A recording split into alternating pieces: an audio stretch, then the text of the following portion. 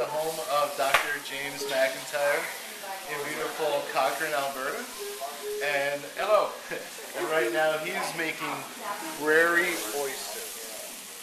Now, if you don't know what Prairie oysters are, they're actually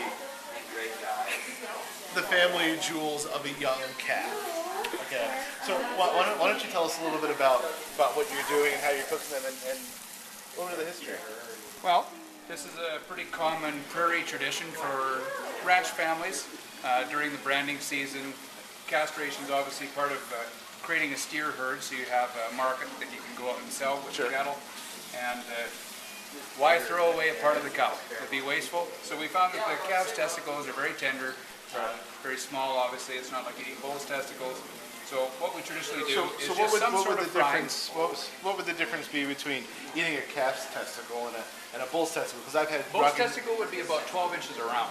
So very large, and you have to cut them up usually to be able to fry them up. You have to cut them into chunks. These come in a single serving size, all in their own. Okay, because I've had Rocky Mountain oysters, but this is definitely something new. This is more like they would call lamb fries. Yes. So. And these ones we just do something simple because Chris is coming over. We wanted to make sure he could indulge with these without having gastrointestinal upset. So these are flour free, and these are with a little bit of flour coating. And otherwise, the major constituents of any good cooking recipe: garlic and butter. Excellent. Yes. All right. That pretty much does the trick. Well, we look forward to eating them soon. Next time you see me, I'll have a calf testicle in my mouth. Okay, so here we are with the finished product. Now, James, what would you call these, like, officially? Because they're prairie oysters? Prairie oysters is the more common name. Sometimes you hear calf fries. Different types of names that go around. If you check on the web, I think there's like 40 or 50 different names for eating calf testicles. So these ones have no flour on them. Okay. So they're crisp Barney friendly. Nice. And these ones have been floured, so they would be crispy to your delicate palate. They should be a bit more flavorful. Now, when he says Chris Barney, he means gluten-free because Chris Barney has a gluten allergy. So for those of you out there who are no wheat, dairy. no dairy, who can't have wheat, then this would be for you. Which you recommend trying first? I would try out the typical ones and find something with a nice crispy outside to it. Here, try this one right here. All right, let's see. Probably hot. Probably a little warm. What would you compare it to? You know, they've definitely got their own kind of flavor. They're gamey, but they're good. They're good. They've definitely got there's a definite flavor to it, and using the ingredients that you've used definitely brings out that flavor. I'm gonna try one of them. Jane, can I get your beer? Can I get anything? I'm gonna try one of them without that. Do you want the drought or the cream? I'll get the honey brown. Honey brown? Okay, please. You got it. Very good.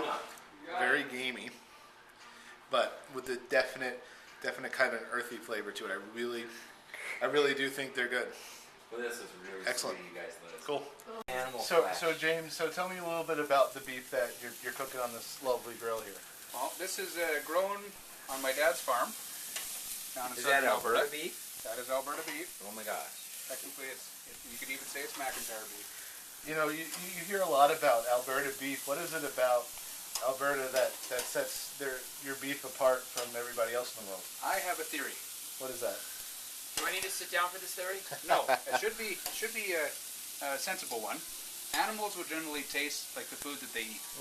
If you have fish in the summertime out of a muddy river, they tend not to taste as good as they do out of a winter stream. Of course. When we tried the meat down in the States, we found that it was still flavorful, but it tasted different. And what we noticed is that a lot of the places that we ate it, we asked what the beef was fed, and it was corned beef. Yes. Right. So when we got up here and started recognizing why our stuff tasted different, most of it is grass and alfalfa fed. And I think it's just literally the type of food that they get. Then the other part we got is like, why is your meat so tender? Well, the animal's raised the same way, but a cow down in the States isn't going to experience minus 30 degrees for maybe 2 months of the year. The brown fat that needs to be in the meat to keep the animal warm in those temperatures when they're kept outside is going to naturally marble the meat more. So we notice that the springtime butchered calves tend to have really nice marbled meat. Right. And I suspect that's just a process of the environment.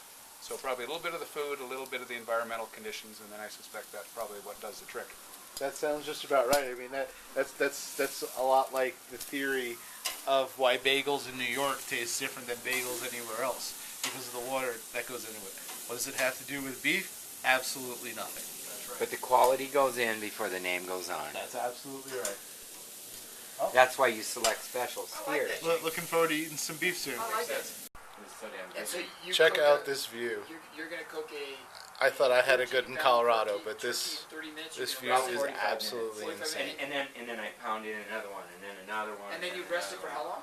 Well, the first one will rest for about an hour and a half. The second one. These guys are talking about an hour 50, making turkeys.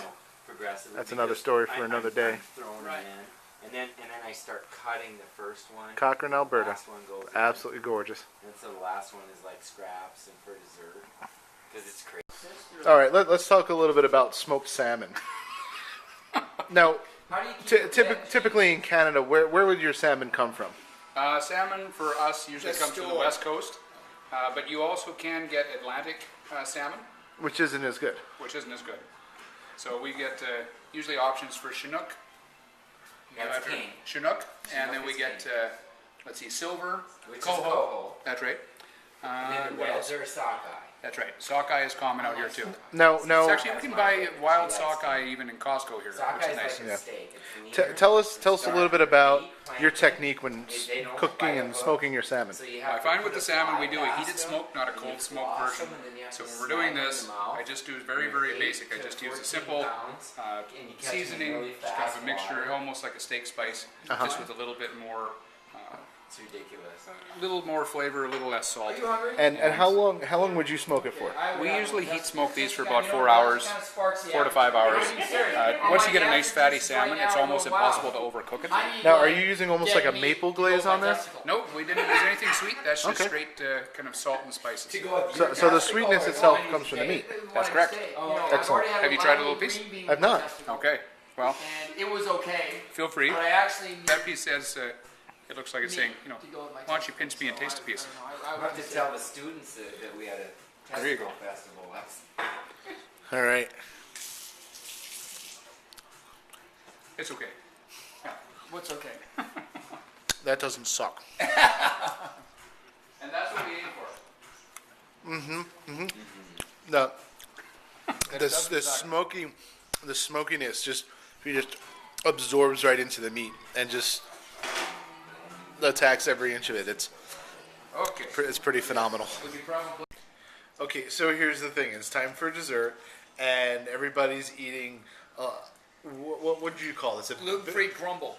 A gluten-free berry crumble. Yummy. This is With awesome. rhubarb. Absolutely with yummy with rocket. rhubarb. Rhubarb and berries. Rhubarb, Now, digestive healthy. enzymes to Yeah, that. rhubarb, Now, strawberries. here's good kind of the for you. thing. Here's kind of the thing. I'll eat balls, but I won't eat berries.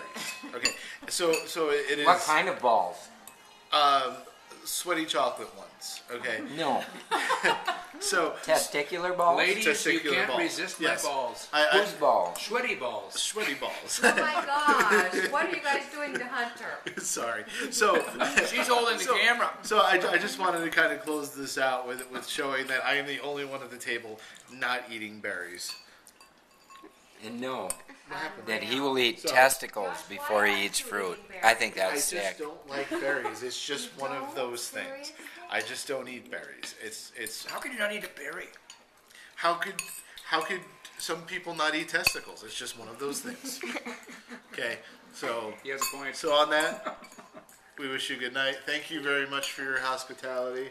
This was great, a great way to. Over the top. Yeah, this was just such a great way to sample Get a look local. out the window, honey. Just a great way to sample local cuisine in such a great part of the world. So we thank you. Sayonara.